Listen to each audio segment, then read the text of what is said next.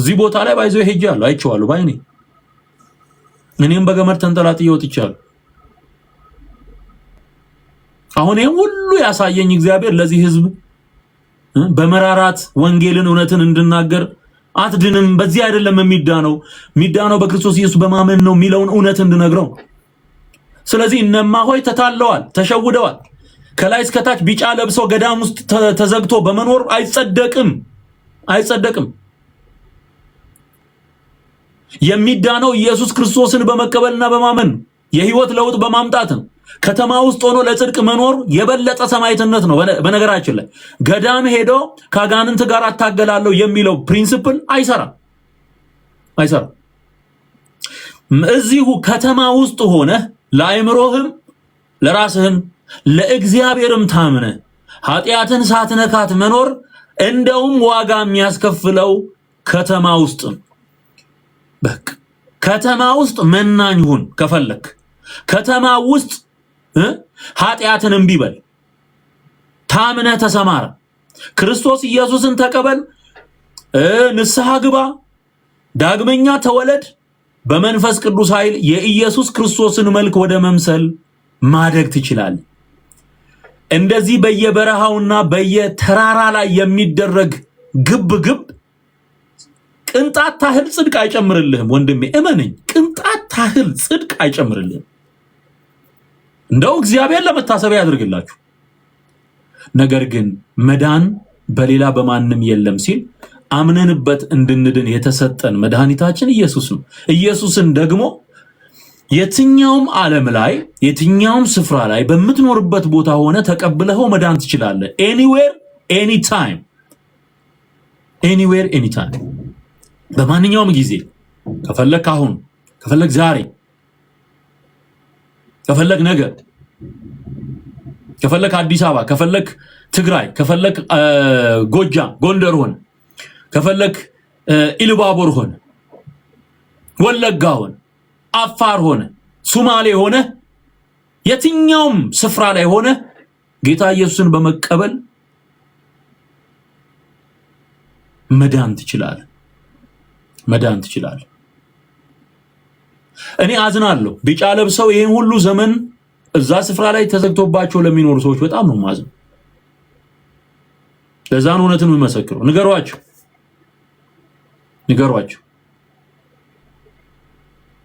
መዳን በሌላ በማንም የለም ይላል የእግዚአብሔር ቃል ምንድነው በክርስቶስ ኢየሱስ በማመን ነው በሏቸው የሐዋርያት ሥራ ምዕራፍ 4 ቁጥር 12 እንዴት ነው ታዲያ ሰው ሚድነው ሚለውን እንነጋገራለን ይሄ የመጀመሪያው ቃል ነው ተመልከቱ ታዲያ እንዴት ነው ሰው ሚድነው ጌታ ኢየሱስን በልብህ አምነህ ያመንከውን እምነት ኢየሱስ ስለ ኃጢያቴ ሞቷል ሊያጸድቀኝ ተነስቷል የተዘጋጀልኝ ርስት አለ እኔ በራሴ መዳን አልችልም የክርስቶስ ኢየሱስ ጽድቅ ግን ለኔ ተቆጥሮልኛል ብለህ አምነህ በአፍ ስትመሰክር ትድናለህ በቃ እግዚአብሔር የጠየቀ እቺን ነገር ነው ወንድሜ ብራዘር ስማ ወህቶቼ ስሙ እግዚአብሔር ካንተ የሚጠብቀው ይሄንን ነው የፈለገው በቃ ልጁ ተሰቅሎልሃል በቀራንዮ አደባባይ እጆቹ ተቸንክረው የሾህ አክሊል ደፍቶ በጅራፍ ሰውነቱ ተተልትሎ ደሙን አፍስሶ እግሮቹ ተቸንክረው ጎኑ በጦር ተወግቶ በጣም ውድ ዋጋ የህይወት ዋጋ ከፍሎ አንተንና እኔን ለማዳን በመስቀል ላይ ሊከፈል የሚገባውን ክፍያ ሁሉ ጨርሶታል ኢየሱስ ያንተን መከራ አይጠብቅም አንተን ለማዳን ያንተን መከራ አይጠብቅም መዳን ጊፍት ነው ስጦታ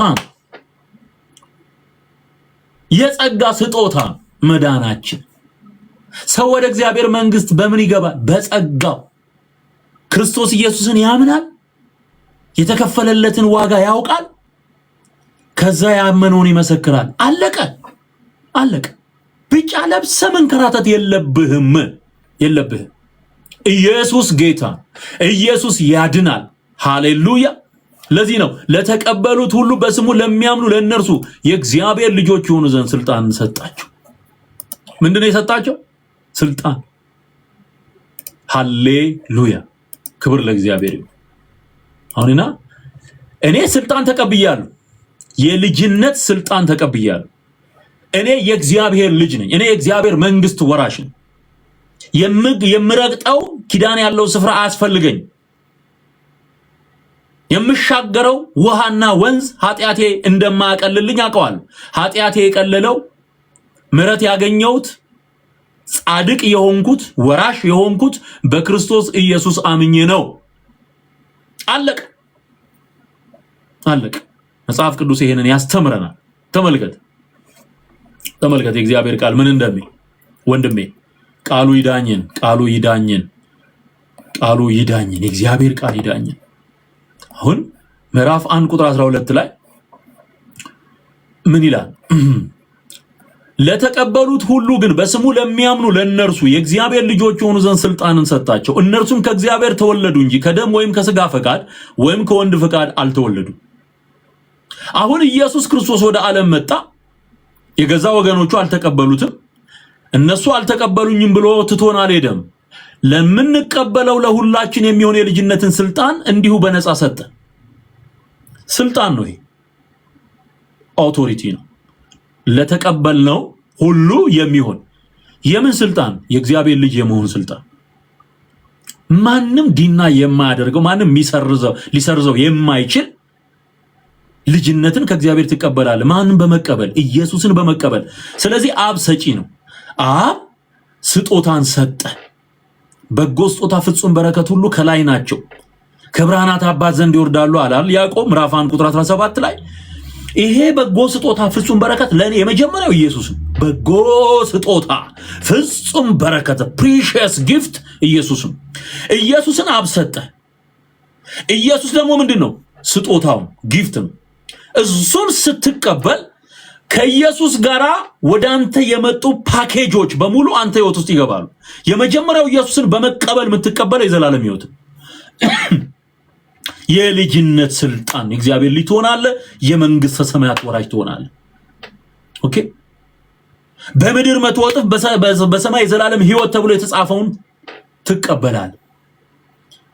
ከዛ ቀጥሎ ደግሞ ኢየሱስን የተቀበሉ የሚቀበሉት የህይወት መንፈስ አለ። እሱ መንፈስ ቅዱስ ይባላል። መንፈስ ቅዱስን ትቀበላለህ። ይሄ የተቀበልከው መንፈስ ደግሞ ትላንትና እየጣለ ያስቸገረህን የኃጢአት ኃይል ያደቅልህና ትላንት በቀላሉ የምትሸነፍባቸው ኃጢአቶች ዛሬ ረግጣቸው እንድታልፍ አቅምና ኃይል ያስታጥቀሃል። ወደ ኢየሱስ ክርስቶስ ቅድስናና መልክ እንድታድግ ያደርግሃል። ጸጋው ዓለማዊ ምኞትንና ኃጢአተኝነትን ክደን የተባረከውን ተስፋችንን ኢየሱስን የምንጠብቅበት ህይወት ነው። ስለዚህ ስጦታ ነው እንጂ አሁን እዚህ ጋር የሰው ነገር አልገባበትም። እግዚአብሔር አብ ልጁን ሰጠ። እኔ ልጁን ተቀበልኩኝ። ኢየሱስን በመቀበሌ የዘላለምን ህይወት ተቀበልኩኝ። የልጅነትን ስልጣን ተቀበልኩኝ። መንፈስ ቅዱስን ተቀበልኩኝ። ኃይልን ተቀበልኩኝ። ኃይል እስክትቀበሉ ድረስ በኢየሩሳሌም ቆዩ ይላቸዋል። ከዛስ የጸጋ ስጦታዎች የሚባሉ ደግሞ አሉ። በቆሮንቶስ ላይ የተጻፉትን በጸጋ ስጦታዎች መሞላት አለ። አዮ ትንቢት መናገር ቢሆን፣ በልሳን መናገር ቢሆን፣ በልሳን የተነገረውን መተርጎም ቢሆን፣ ታምራት ማድረግ ቢሆን፣ ማስተዳደር ቢሆን፣ ሌሎችን ከቁጥር የበዙ ጸጋዎችን በመንፈስ ቅዱስ በኩል ትቀበላለህ። ዋናው ግን ኢየሱስን መቀበል ነው። ኢየሱስን መቀበል። ይሄንን ለኒቆዲሞስ ለሚባለው የሌሊት ተማሪ የአይሁድ ሸንጎ አባል ለሆነ ሰው ስለ ዳግመኛ መወለድ ጌታ ኢየሱስ ተናገረ። አሁን ሰው መዳን ያለበት ኢየሱስ ባስተማረው መሰረት ነው። ምን አለ? ተመልከት። ኢየሱስም መለሰ እንዲህ ሲል እውነት እውነት እልሃለሁ ሰው ከውሃና ከመንፈስ ካልተወለደ በቀር ወደ እግዚአብሔር መንግስት ሊገባ አይችልም። አለቀ። ባህር ብታቋርጥ፣ ዋልድባ ኦጎባ ብትሄድ፣ በወንዝ ውስጥ ብታልፍ፣ በአጣብቅኝ ውስጥ ብታልፍ፣ ድንጋይ ብትሸከም፣ ቋርፍ ብትበላ አትድንም። 4 ነጥብ። አትድንም። ከንቱ ነው። ምን መሆን አለበት? ዳግመኛ መወለድ አለበት። አለቀ። ይሄ እኮ ለአይሁድ ሊቅ ለኒቆዲሞስ የተሰጠ ትምህርት ነው ብሎ ለሆነ ሰው ለመንገድ ኃላፊ አይደለም። ብሉይ ኪዳንን ጠንቅቆ ለሚያውቅ የሸንጎ አባል የተሰጠ ትምህርት ነው። የአዲስ ኪዳን ትምህርት ነው። ኢየሱስ ይሄን ትምህርት አስተማረ። ኢየሱስ ነው ያለው። ሰው ከውሃና ከመንፈስ። ታዲያ ይሄ ውሃና የመንፈስ ምንድን? መንፈስ ቅዱስና ቃሉ ነው። የእግዚአብሔር ቃል የተወለድንበት ውሃ ነው። መንፈስ ቅዱስ የተወለድንበት መንፈስ ነው። ከማይጠፋው ዘር ተወልዳችኋል አለ ጴጥሮስ 1:23 ላይ። አንደኛ ጴጥሮስ ምዕራፍ 1 ቁጥር 23 ላይ ከማይጠፋው ዘር ተወልዳችኋል። ይህም የማይጠፋ ዘር በእግዚአብሔር ቃል እንደሆነ ይናገራል። የእግዚአብሔር ቃል እንደሆነ ሲላውጣላችሁ። ስለዚህ ከስጋ የተወለደ ስጋ ነው፣ ከመንፈስም የተወለደ መንፈስ ነው። ዳግመኛ ልትወለዱ ያስፈልጋችኋል ስላልኩ አታድንቅ። ነፋስ ወደሚወደው ይነፍሳል፣ ድምጹን ትሰማለህ፣ ነገር ግን ከወዴት እንደመጣ ወዴትም እንደሄደ አታውቅ። ከመንፈስ የተወለደ ሁሉ እንዲሁ ነው። ኒቆዲሞስም መልሶ ይህ እንዴት ሊሆን ይችላል አለው። ኢየሱስ መልሶ እንዲህ አለው፣ አንተ እስራኤል መምህር ስትሆን ይህን አታውቅምን? መምህር ነው እኮ ሰውየው። እውነት እውነት እልሃለሁ የምናውቀውን እንናገራለን፣ ያየነውንም እንመሰክራለን፣ ምስክርነታችንም አትቀበሉት። ስለ ምድራዊ ነገር በነገርኳችሁ ጊዜ ካላመናችሁ ስለ ሰማያዊ ነገር በነገራችሁ እንዴት ታምናላችሁ? ከሰማይም ከወረደ በቀር ወደ ሰማይ የወጣ ማንም የለም፣ አለቀ። እርሱም በሰማይ የሚኖር የሰው ልጅ ነው። ሃሌሉያ! ከሰማይ የወረደልህን በማመንና በመቀበል ነው የምትድነው፣ ዳግመኛ የምትወለደው። አየው፣ ከሰማይ የወረድኩት እኔ ነኝ፣ እኔን በመቀበል ነው የምትድነው እያለ በግልጽ እየነገረው ነው። አትቀበሉኝም እውነትን ነገርኳችሁ አለ። ቅድም ባነበብኩላችሁ ክፍል ላይ ምዕራፍ 1 ቁጥር 12 ላይ ዮሐንስ ወንጌል ቁጥር 11 ላይ ምን ይላል? ወደ ገዛ ወገኖቹ መጣ፣ የገዛ ወገኖቹ አልተቀበሉትም። አትቀበሉኝም እንጂ እውነቱን ነግራችኋል። ስለዚህ ሰው የሚድነው ዳግመኛ የሚወለደው ማንን ሲቀበል ነው? ኢየሱስን ሲቀበል ነው ማለት ነው። ከሰማይ የወረደው እሱ ብቻ ነው። ይኸውልህ ማርያም ከሰማይ አልወረደችም፣ ወደ ሰማይ አልወጣችም። ይሄ ፍልሰታ ባታ የምትለውን ነገር ጠርገህ ከውስጥ ካላስወገድክ ኢየሱስን አምናለሁ ማለት አይቻልም። ከሰማይ የወረደው ነው ወደ ሰማይ የወጣው። ማርያም ተነስታለች፣ አርጋለች፣ ክብርትሶ የሚባለው ተረት እሱ ያጋንን ትምህርት ነው። ሞትን ድል አድርጎ ተነስቶ ወደ ሰማይ የወጣው በአብ ቀኝ የተቀመጠው ዳግመኛ ለፍርድ የሚመጣው ክርስቶስ ኢየሱስ ብቻ። ቀጥሎ ምን ይላል? ሙሴ በምድረ በዳ እባብን እንደሰቀለ እንዲሁ በእርሱ የሚያምን ሁሉ ዳግመኛ መወለድ፣ አዲስ ሰው መሆን፣ አዲስ ፍጥረት መሆን፣ የእግዚአብሔርን መንግስት መውረስ መቻል ከምን ጋር ይያያዛል? ከተሰቀለው ጌታ ጋር ራሱን ነው የሚያያይዘው። ሙሴ በምድረ በዳ እባብን እንደሰቀለ እንዲሁ በእርሱ የሚያምን ሁሉ። በማን የሚያምን? በኢየሱስ የሚያምን ሁሉ የዘላለም ሕይወት እንዲኖረው እንጂ እንዳይጠፋ የሰው ልጅ ሊሰቀል ይገባዋል። ስለዚህ ኢየሱስ የተሰቀለልህ በእርሱ አምነህ የዘላለም ሕይወት እንዲኖርህና እንዳትጠፋ። ሳሙኤል ዘዋልድባ አያድንህም፣ ኪዳንም አልተሰጠውም። ሐሰት ነው፣ የአጋንን ትምህርት ነው። በቅዱሳን ስም ተብሎ የተሰጠ ኪዳን ነፍስህን ታተርፋለህ። ነፍሴን አደራ በሰማይ ያላችሁ የምትዘምሩላቸው በሙሉ አያድኑሽም፣ አያድኑም። ስለ አንተ ኃጢአት፣ ስለ እኔ ኃጢአት፣ ስለ አንቺ ኃጢአት በመስቀል ላይ ዋጋ ከፍሎ ራሱን መስዋዕት ያደረገው ኢየሱስ ነው። መዳን በኢየሱስ ብቻ ነው ወንድሜ፣ ስማ፣ በኢየሱስ ብቻ። ራስህን እያታለልክ እንዳትኖር ፕሊዝ፣ ራስህን እያታለልክ እንዳትኖር። ይኸው እግዚአብሔር የሚነግርህን ስማ፣ እግዚአብሔር የሚነግርህን ስማ። ስለዚህ ይሄን ይናገርና ሙሴ በምድረ በዳ እባብን ሰቅሏል። ያዩት ከእባቡ መርዝ የተነደፉ ነበሩ፣ ድነዋል። ያን ምሳሌ ያመጣና አሁን ከሞት መርዝ፣ ከኃጢአት መርዝ የምትድነው በኢየሱስ ስታምን ነው ይላል። አየው፣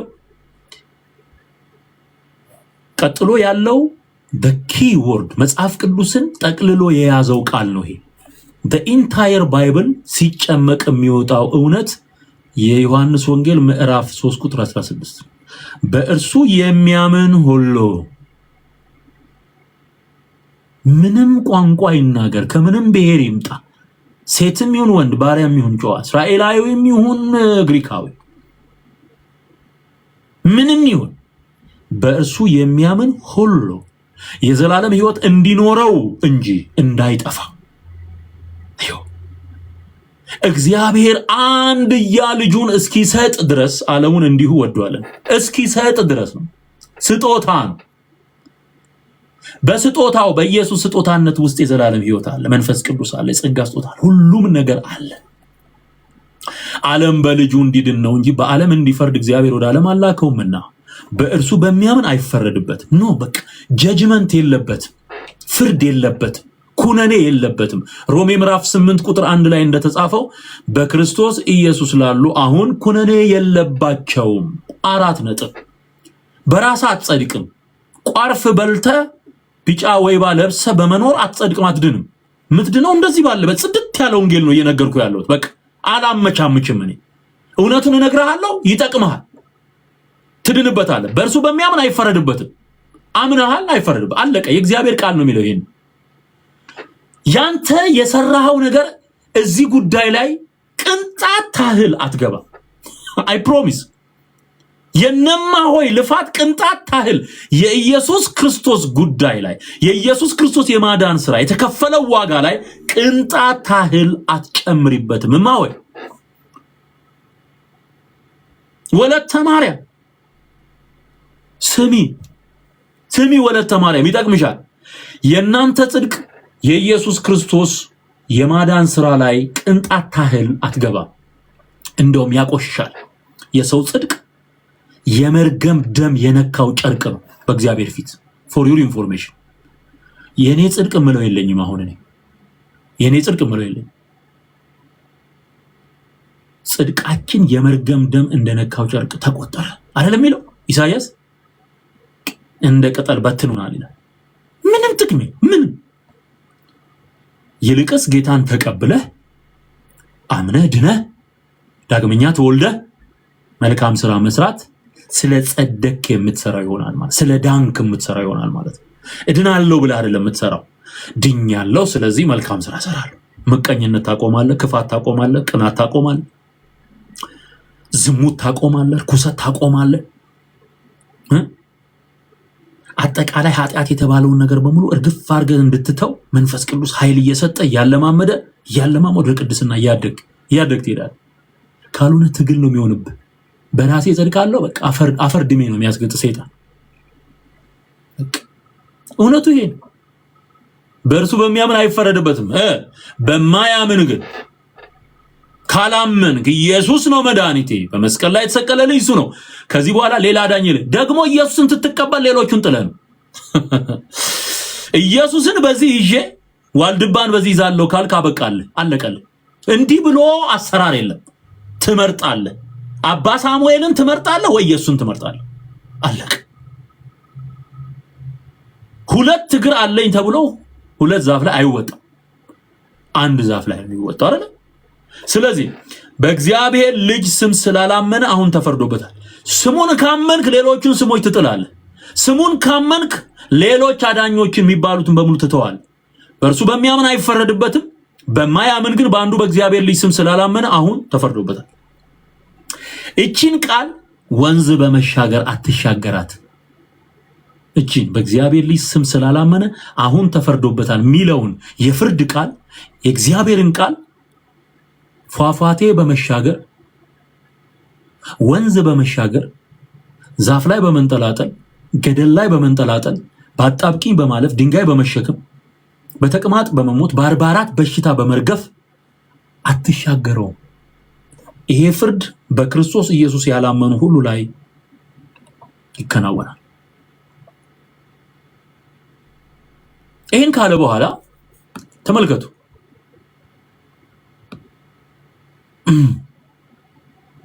መዝጊያውን ተመልከቱልኝ። በጣም ሲሪየስ ነው።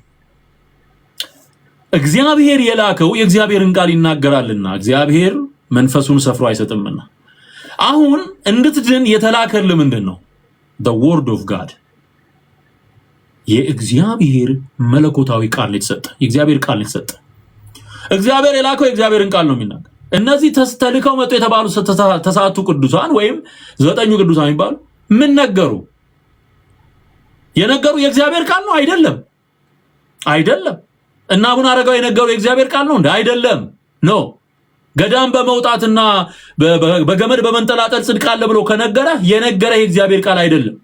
በአጣብቂኙ ስታልፍ ትድናለህ ብሎ ከነገረ የእግዚአብሔር ቃል አይደለም የነገረ። ስለዚህ አልተላከም፣ እግዚአብሔር አላከው።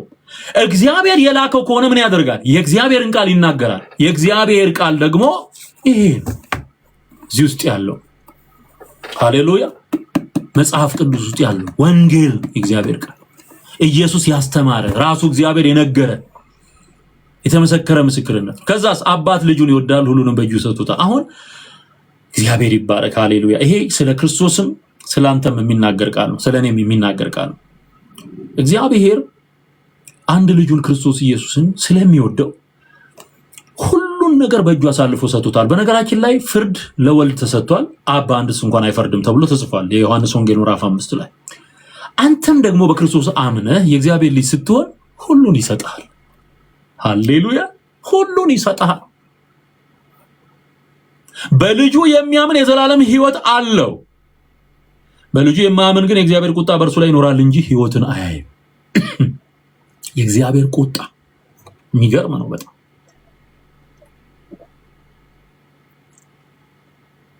ወንድሜ አላየኸውም? አንተ አሁን ሲኦል ነው አይደለም የሚያስፈራ? የእግዚአብሔር ቁጣ ከባድ ነገር ነው። በአንተ ላይ የእግዚአብሔር ቁጣ ሊኖር የሚችለው ከኃጢአት ካልተገላገልክ ነው። ከኃጢአት የምትገላገለው ኢየሱስን ስትቀበል ልጁ ያለው ሕይወት አለው። የሌለው ግን በልጁ የማያምን ግን የእግዚአብሔር ቁጣ በእርሱ ላይ ይኖራል እንጂ ሕይወትን አታይም። በነገራችን ላይ እቺ አያይም የምትለው ቃል በተደጋጋሚ ተጽፋለች። እዛም አሁን ምዕራፍ 3 ከላይ ያነበብነው ላይ ሕይወትን አያይም የሚለው ቃል ጌታ ኢየሱስ ይናገረዋል። ከላይ ለኒቆዲሞስ ሲነግረው ማለት ሕይወትን ማየት መግባት ሌላ ጉዳይ ነው፣ ማየት ሌላ ጉዳይ።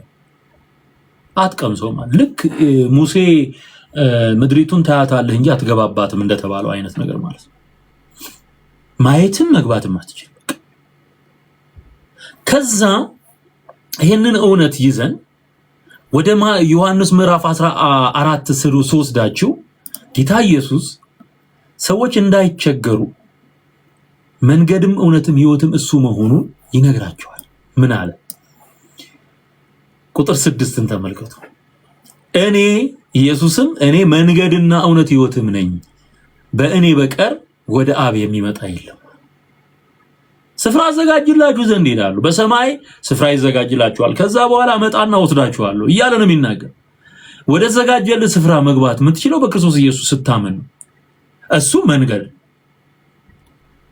ወደ ዋልድባ የሚወስድ መንገድ ወደ ሆነ ስፍራ የሚወስድ፣ ወደ ሕይወት መንገድ የሚወስደው ግን ኢየሱስ ራሱ መንገድ፣ ሕይወት ጋር የሚያደርስ አብ ጋር የሚያደርስ መንገድ፣ ቀጥ ያለ መንገድ ኢየሱስ ራሱ እኮ ነው የተናገረው። እኔ መንገድ ነኝ አለ። መንገድ በብዙ አግባብ ይተረጎማል። ወደ ሰማይ የሚያደርሰው መንገድ ብቸኛ መንገድ ግን ኢየሱስ ይባላል። በቃ እኔ እውነት ነኝ።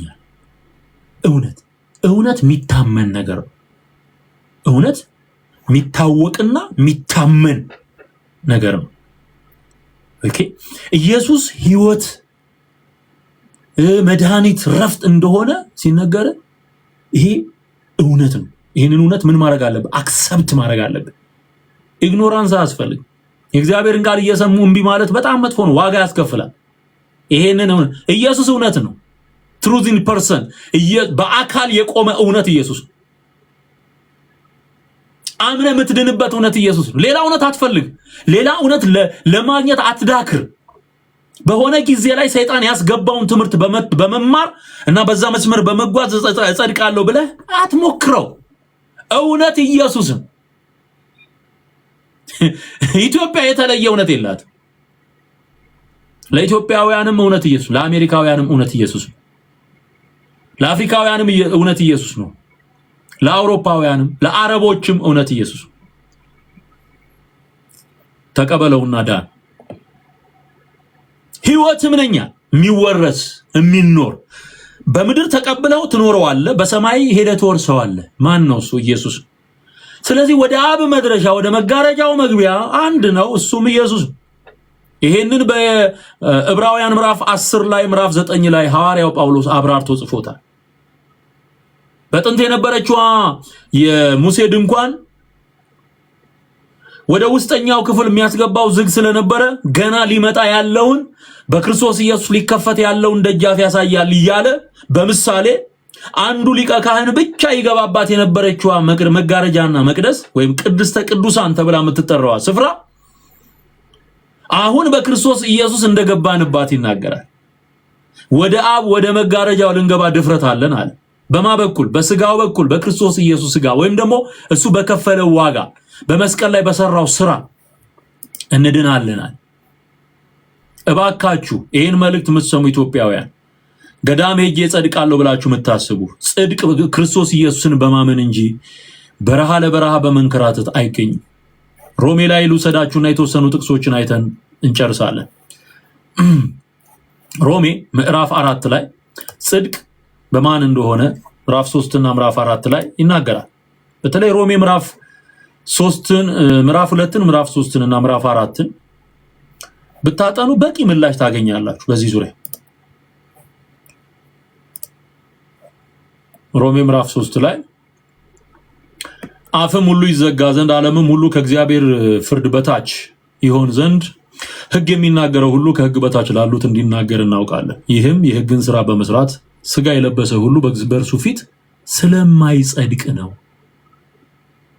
ኃጢአት በሕግ ይታወቃል። ሥርዓትና ሕግን በመፈጸም ገዳም ያዘጋጀውን ሕግና ሥርዓት በመፈጸም ሌላውን ተው በመጽሐፍ እንኳን ያለውን ሕግ በመፈጸም ሰው ሊድን አይችልም። እግዚአብሔር ይህን ተረድቷል። ኃጢአት እዚያው ልቀት ትገባለህ፣ እዛ ሄደህ ስትሰግድና ስትጾም ስትራብና በበሽታ ስትሞት ትጸድቃለህ የሚል ይሄ እርግማን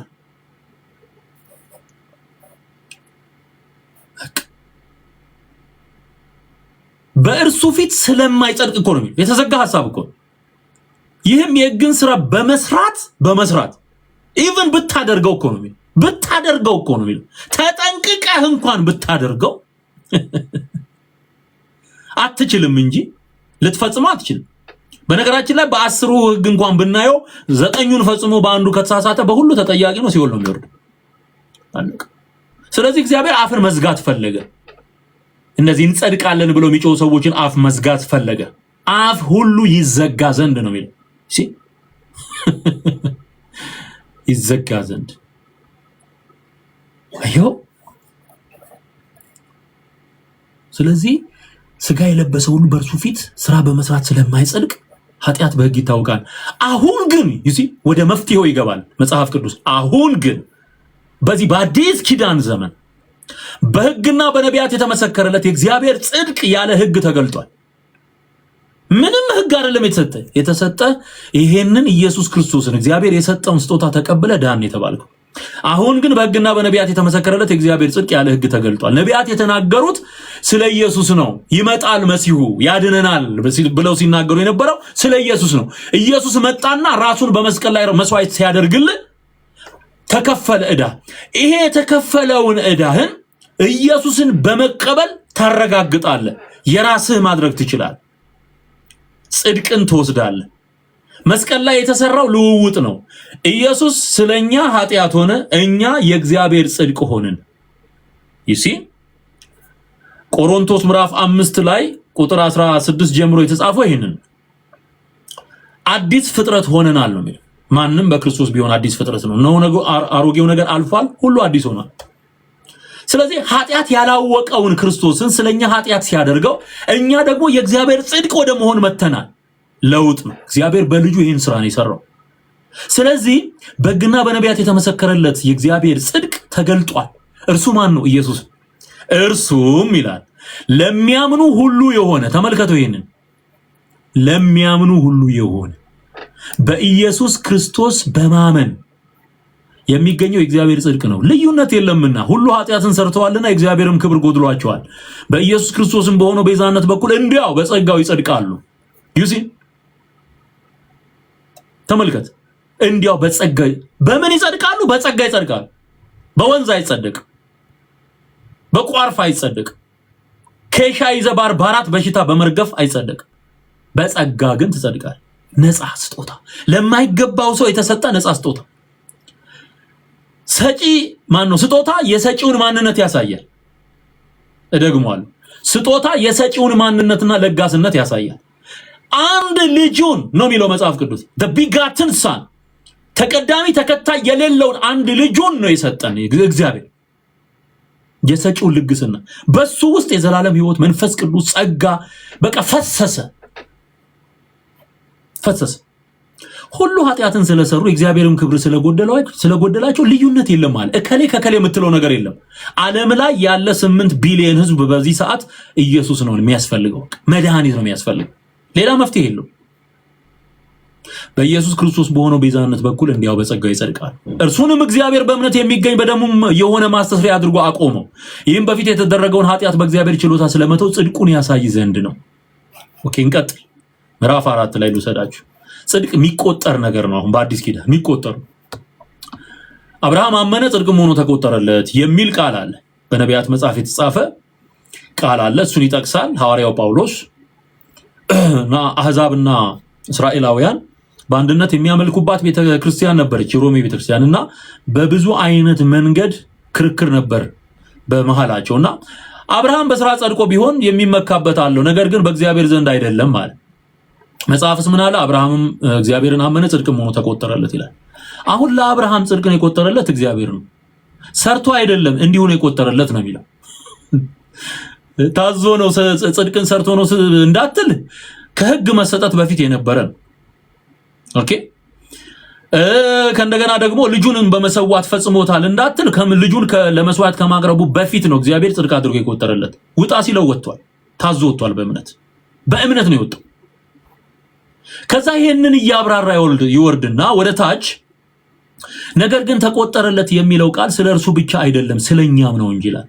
ይሄ በጣም ቁልፍ ቃል ነው። ተመልከቱ ቁጥር 23 ተቆጠረለት የሚለው ቃል አዮ ስለ እርሱ ብቻ አይደለም ስለኛም ነው እንጂ። እንዴት ስለኛ? ምን ማለት ነው? ስለ በደላችን አልፎ የተሰጠውን እኛን ስለማጽደቅም የተነሳውን ጌታችንን ኢየሱስን ከሙታን ባስነሳው ለምናምን ለኛ ይቆጠርልን ዘንድ አለ። አብ ወልድ መንፈስ ቅዱስ አንድ አምላክ ብለን ነው ምናምን። እግዚአብሔር አብ አንድ ልጁን ላከልን ብለን ነው ምናምን። ከኢየሱስ ውጪ ሌላ መድኃኒት የለም። ኢየሱስ በመምጣቱ ደግሞ መንፈስ ቅዱስ ለአማኞች ተሰጥቷል ብለን ነው ምናምን። ስለዚህ ከሙታን እኛን ለማጽደቅ ከሙታን መነሳቱን ማመን አለብህ ማለት ምን ለመጽደቅ። ልክ ይሄን ስታደርግ ጽድቁ ይቆጠርልሃል። ኢየሱስ ጻድቅ ነው፣ ኃጢአት የማያውቅ ነው። በአንደኛ ዮሐንስ መልእክት ምዕራፍ 3 ላይ በእርሱ ኃጢአት የለም ተብሎ ተጽፏል።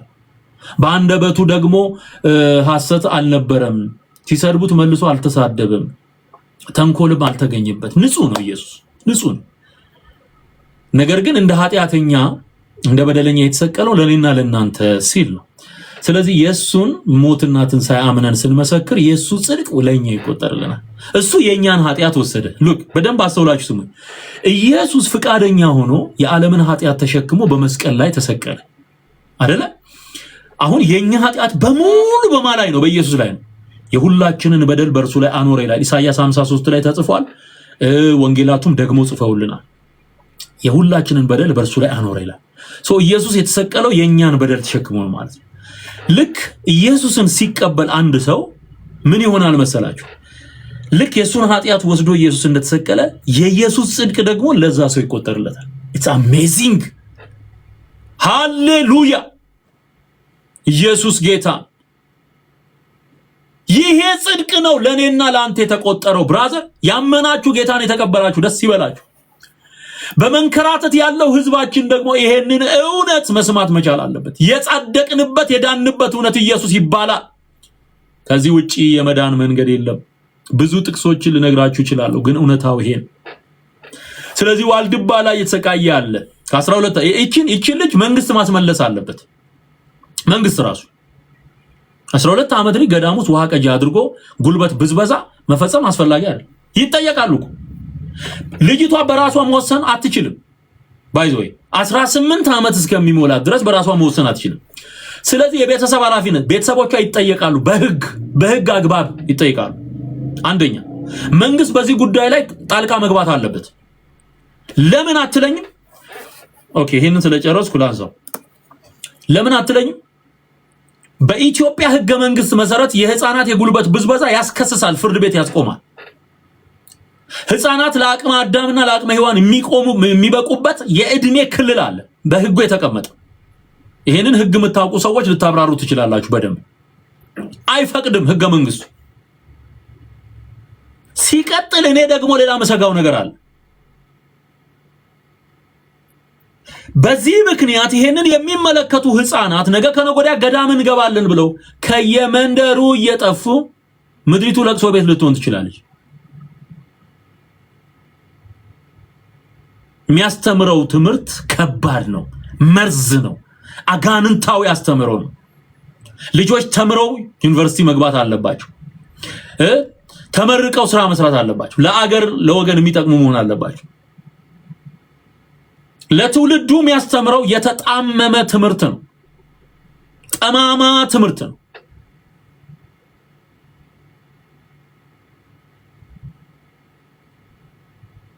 ብዙ ልጆችን ብሬን ዋሽ ያደርጉታል በዚህ አይምሯቸው። እኛም እንደሷ ጠፍተን እምቢ ብለን ገዳም ገብተን እንዴ። ከዚህም በፊት ባህር ዳር አካባቢ አንድ ገዳም ውስጥ 2 ህፃናትን አመንኩሰው ራሷ ቤተክርስቲያኒቱ ኦርቶዶክስ ሲኖዶስ ጉዳዩ ቀርቦለት ነበር። ይሄ እኮ አይቻልም። ሊያውም ህፃናትን ለአደጋ ሊያጋልጥ የሚችል በሽታ 44 በሽታ የተጠቀጠቀበት ስፍራ ማለት ወባ ያለበት ቦታ፣ ንጹህ ውሃ የሌለበት ቦታ፣ ውሃው ራሱ በሽታ አለው ውስጡ። እንዴ ምን እየተሰራ ነው? ምን እየተደረገ ነው ያለው? ይሄንን አድቨርት ነው እያደረገ ያለው። እሱ ገንዘቡን ከሰራ ችግር የለበትም። ከዚህም በፊት ለኔ መልስ እንሰጣለን ያሉ ደብተራዎችን ሰብስቦ እዚህ ግባ የማይባል ተራ እንቶፈንቶ ወሬ ሲያወሩ ነበር። ለታቦት ድምጥማጡን አጥፍቼ የተናገርኩትን ነገር ከአንተም ብሏቸው ሲያቃዥዋር የሚኖረው እውነት ኃይል አለው። እንጀራቸውን የጣዱበትን ያን ምድጃ እየመታው ሰሰብር መልስ ለመመለስ ወጡ። 4-5 ሆነ። እዚህ ግባ የማይባል ምንም የማይረባ እሱ ነው አቅራቢ ሆኖ እንትን የሚል የተጣመመ ያጋንን ትምህርት በማቅረብ ተከታይ ያበዛል፣ ገንዘብ ሊያገኝ ይችላል። ንስሐ ማይገባ ከሆነ ግን ወደ ጥፋት ነው እየሄደ ያለው። ንገሩት። ከዚህም በፊት ተናግሬያለሁ። ንስሐ ግባ በሉት። ስለ ራስ ብቻ አይደለም፣ በሚዲያ ስለምታጠፋቸው ህፃናት ጭምር ትጠየቅበታል። በህፃናት አንደበት ማይነገሩ ነገሮች ከዚህ በፊት በዚህ በሚዲያው የሚተላለፍ የልጆች ፕሮግራም ላይ ስንት አይነት ነገር ተመልክተናል። ጥሩ ያልሆኑ ለህፃናት አእምሮ መርዛማ የሆኑ ትምህርቶች ሲተላለፉ ነበር። በዚህ ላይ ደግሞ ሃይማኖታዊ የሆነ ሮንግ ቲቺንግ ይሰጣል። ያንን ህፃናት ይዛሉ ማለት ነው። ከዚህ ውስጥ መንግስትም እጁን ማስገባት አለበት። አሁን በዓለም አቀፍ ደረጃ የጦርነት ህግ አለ።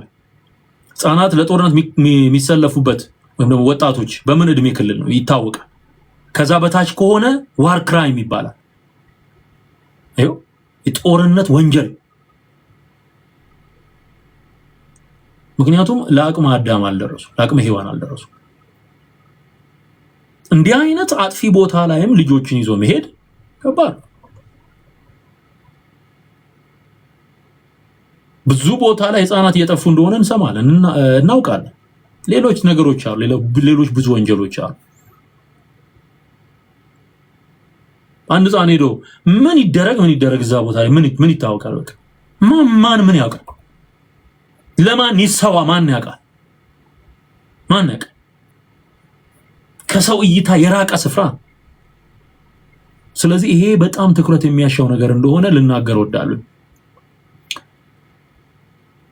እና ቪዲዮውን ስትመለከቱት እነዚህ ነገሮች ገዳም ውስጥ የሚበላው ዘግናኝ መራራ ነው። እሱ ራሱ ሲተፋታ ትመለከታላችሁ ምናምን።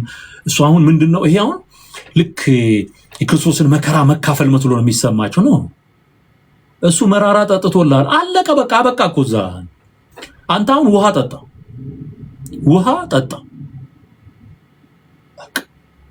ንጹህ ውሃ ጠጣ፣ ጥሩ ምግብ ብላ። ኢየሱስ ያንን ሁሉ መከራ ተቀብሎ አድኖሃል። አሁን አንተ የምታክልበት ነገር የለም። የክርስቶስን መከራ መካፈል የሚለውም ወንጌል በመስበክ የሚከፈል ዋጋ እንጂ ገዳም ውስጥ ሆኖ መራራ የተበላሸ ምግብ መብላት አይደለም አይደለም። ስለዚህ የእግዚአብሔርን ቃል ስሙ። መዳን በክርስቶስ ኢየሱስ ነው።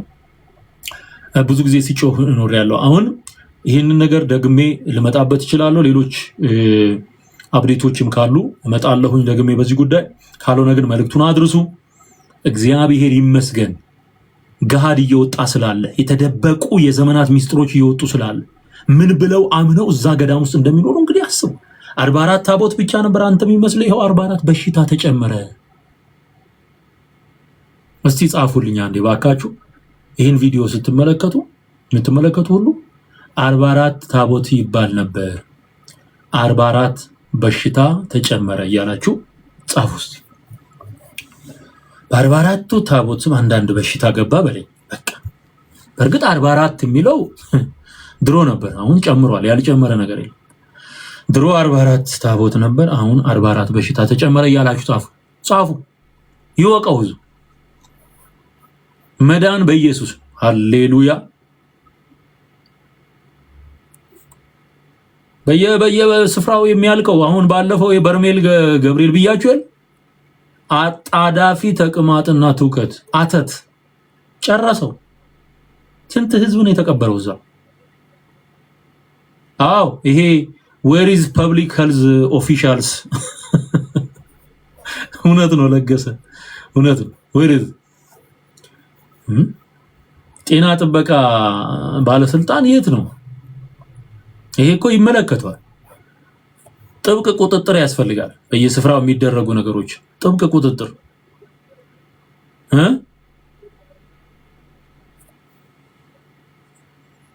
በየጸበል ስፍራው ታስሮ በሰንሰለት የተቀመጡ መድኃኒትን አትጨርስ እየተባለ ስቃዩን እየበላ ላያቸው ላይ የተጸዳዱ የሚኖሩ ስንት አይነት ግፍ የደረሰባቸዋል። በግርፋት በደረሰባቸው ግርፋት ወገባቸው ተሰብሮ ይቀራል። አዛውንት፣ ወጣቶች። ግጥም አደረገው አንዱ በጣም በጣም ጥሩ አድርገን የገለጥከው ሄኖክ።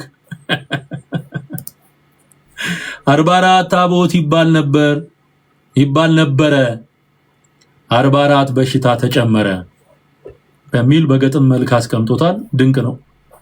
44 ታቦት ይባል ነበረ 44 በሽታ ተጨመረ። አቤት አቤት አቤት አቤት።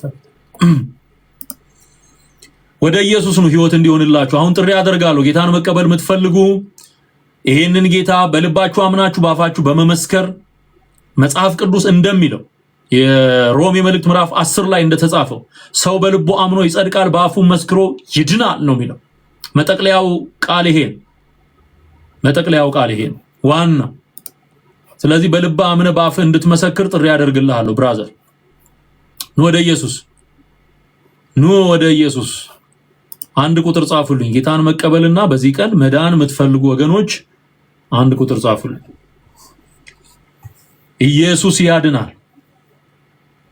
ትላንትና 10 ሰዎች ጌታን ተቀብለዋል። ያው በቤታቸው ሆኖ ከሚቀበሉት ውጪ እግዚአብሔር የሚያውቃቸዋል። 10 ሰዎች ግን ስማቸውን ሰጥተዋል። ከዛ በፊት በነበረው ፕሮግራም 5 ሰዎች ድነዋል። ከዛም በፊት በጣም ብዙዎች ወደ እግዚአብሔር መንግስት እየተጨመሩ ነው ያሉት። በአካልም የዘላለም ህይወት ሚኒስትሪ በኢትዮጵያ ምድር በምንሰራው ስራ በዚህ ሚኒስትሪ ማለት ነው የዘላለም ህይወት ሚኒስትሪ ብዙዎች ሲድኑ ተመልክታቸዋል። አዲስ አበባም ሚሊኒየም አዳራሽ በነበረው ፕሮግራም፣ አዋሳ መስቀል አደባባይ ላይ በሰራነው ፕሮግራም ላይ ብዙዎች ድነዋል። ወደፊት የሚሰሩ ስራዎች አሉ። በዚህ አጋጣሚ ሚኒስትሪውን የምትደግፉ ወገኖች እግዚአብሔር ዘመናችሁን ይባርክ።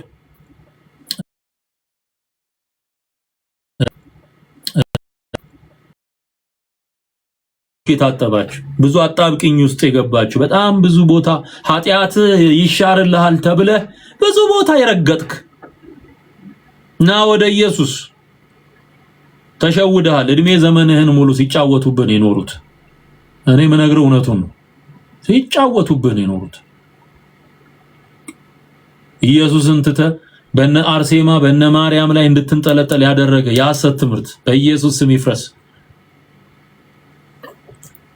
ክብር ለኢየሱስ ይሁን። ሃሌሉያ። ኢቫንን ይዣለሁኝ። በዩቲዩብም እንደዚሁም በፌስቡክ የምትከታተሉ በቲክቶክም ያላችሁ ጌታን መቀበል የምትፈልጉ የቃል ኪዳን ጸሎት ነው የምንጸልየው። የቃል ኪዳን ጸሎት ነው የምንጸልየው። እሱን ማድረግ ነው ካንተ የሚጠበቀው። ኑ ወደ ኢየሱስ ኑ። ጌታ ይወዳችኋል። ኃጢአታችሁን አጥቦ ነፃ ሊያወጣችሁ በመስቀል ላይ ራሱን መስዋዕት ያደረገው ጌታ የተነሳው ያረገው በክብር የሚመጣው አሁን በአብ ቀኝ ያለው ስለኛ የሚማልደው ክርስቶስ ኢየሱስ ይጠራሻል፣ ይጠራሃል። እናንተ ሸክም የከበዳችሁ ሁሉ ወደ እኔ ኑ እኔም አሳርፋችኋለሁ ነው የሚለው። አሳርፋችኋለሁ።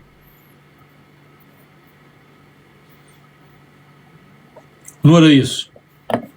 ሃሌሉያ። ክብር ለእግዚአብሔር ይሁን። አሜን። ተባረኩ። ጸጋ ይብዛላችሁ።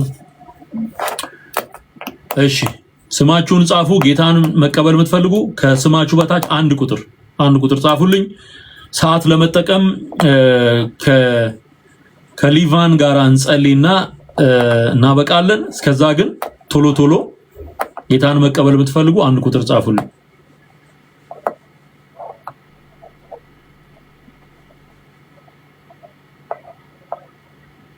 ሃሌሉያ።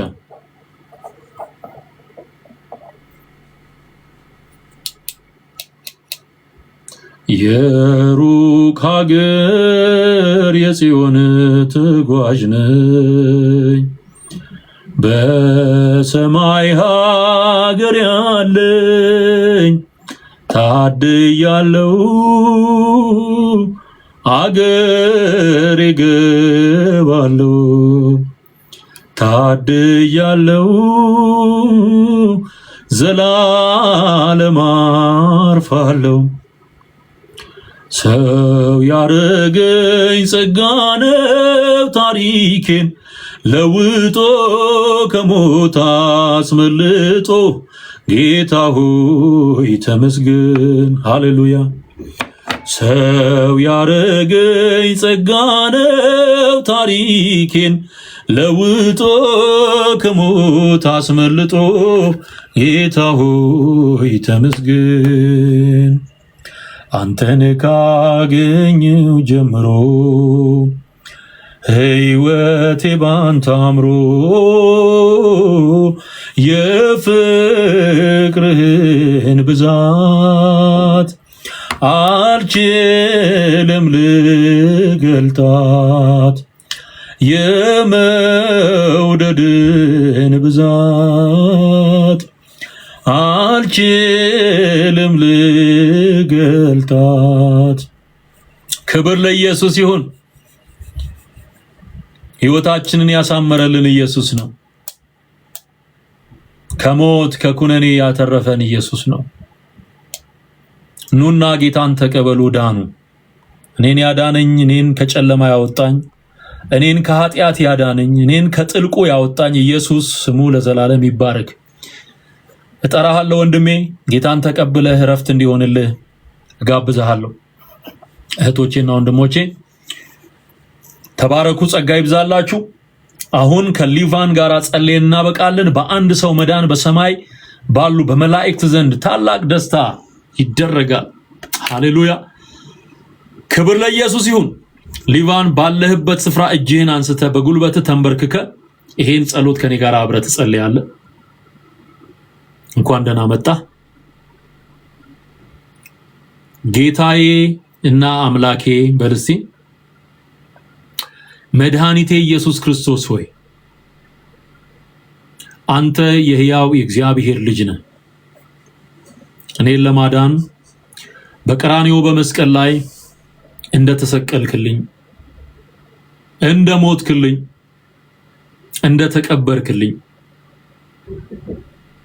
በሶስተኛውም ቀን በመንፈስ ቅዱስ ኃይል ሞትን ድል አድርገህ እንደተነሳህልኝ በልቤ አምኛለሁ፣ በአፌም እመሰክራለሁ። ጌታ ሆይ እኔ ኃጢአተኛ ነኝ፣ አንተ ግን ጽድቄ ነህ። በሕይወት ዘመኔ ሁሉ የሰራሁትን በደልና ኃጢአቴን ይቅር በለኝ፣ በንጹህ ደምህ እጠበኝ፣ ስሜን በሕይወት መዝገብ ጻፍልኝ። ከዚህ ቀንና ሰዓት ጀምሮ አንተን የሕይወቴ መድኃኒት፣ የሕይወቴ ቤዛ፣ የሕይወቴ ጌታ መሆንህን አምኜ ተቀብዬሃለሁ። በሁለንተናዬ አንተ ንገስ። የዚህን ዓለም ገዢ ሰይጣንንና መንግስቱን ክጃለሁ። ከዛሬ ጀምሮ የጌታ የኢየሱስ ክርስቶስ ሆኛለሁ።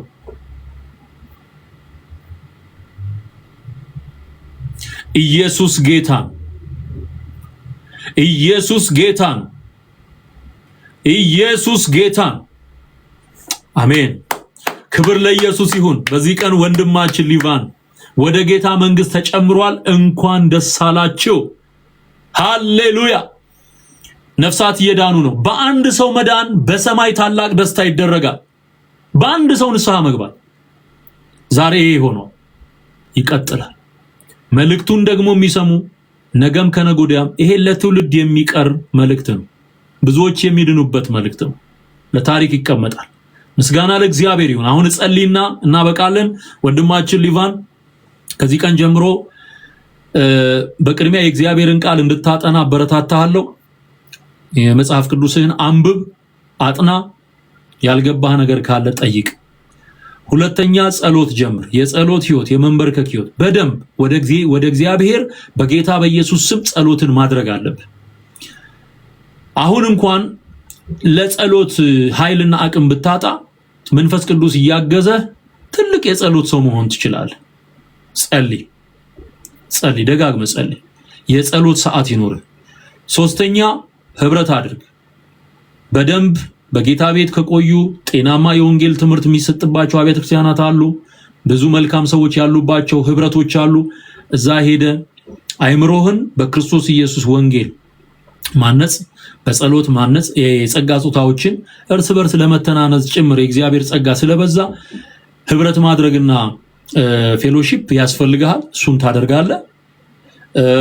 በስልክ ደግሞ መደወል ትችላለህ። ከስር በምታየው በቴሌግራም እና በዋትሳፕ ጌታን የተቀበላችሁ ጥያቄዎች ካሏችሁ በቴሌግራም ቁጥሩ ደውሉልኝ፣ መነጋገር እንችላለን። አሁን እንጸልይና እናበቃለን።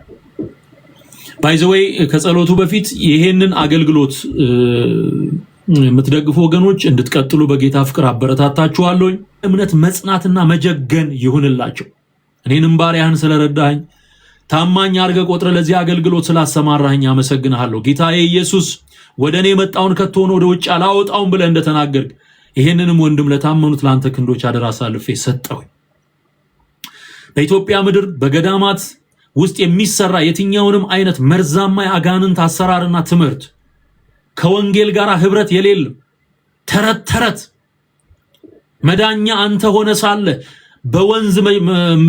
ወንዝን በመሻገር ቁልቁለት በመውረድና ዳገት በመውጣት በአጣብቂኝ በማለፍና የተለያዩ አክቲቪቲዎችን በማድረግ የኃጢአት ስርየት ይገኛል እያለ ሰይጣን በምድሪቱ ላይ የነዛውን ይህንን መርዛማ ትምህርት እነቅለዋለሁ። የተነቀለ ይሁን በኢየሱስ ክርስቶስ ስም።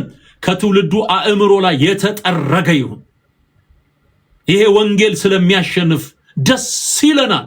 ድል እያደረግክ ስላለህ ጌታ ሆይ እናመሰግንሃለን። ያንተ የሆኑትን ሁሉ እየሰበሰብክ ስላለህ እናመሰግንሃለን። ደግሞ እንድታግዘን ጸጋህን እንድታበዛልን መቀጠል መቀጣጠል እንዲሆን እጸልያለሁ። በሰሜን በደቡብ በምስራቅ በምዕራብ የኢትዮጵያን ህዝብ በወንጌል መድረስ ምንችልበት ዘመንና ዓመት ይሁንልን።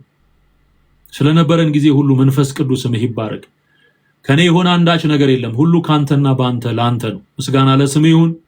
ለንስሐ የተጠሩት ሁሉ ወደ ንስሐ እንዲመጡ ለአንተ ለታመኑት ክንዶች ነገሮችን ሁሉ አደራተውን በኢየሱስ ክርስቶስ ስም አሜን። ወዳችኋለሁ። ዘመናችሁ ይባረክ። በሌላ ፕሮግራም እንገናኛለን። የዛሬውን በዚህ አበቃሁኝ። ሻሎም ብያለሁ። ተባረኩ።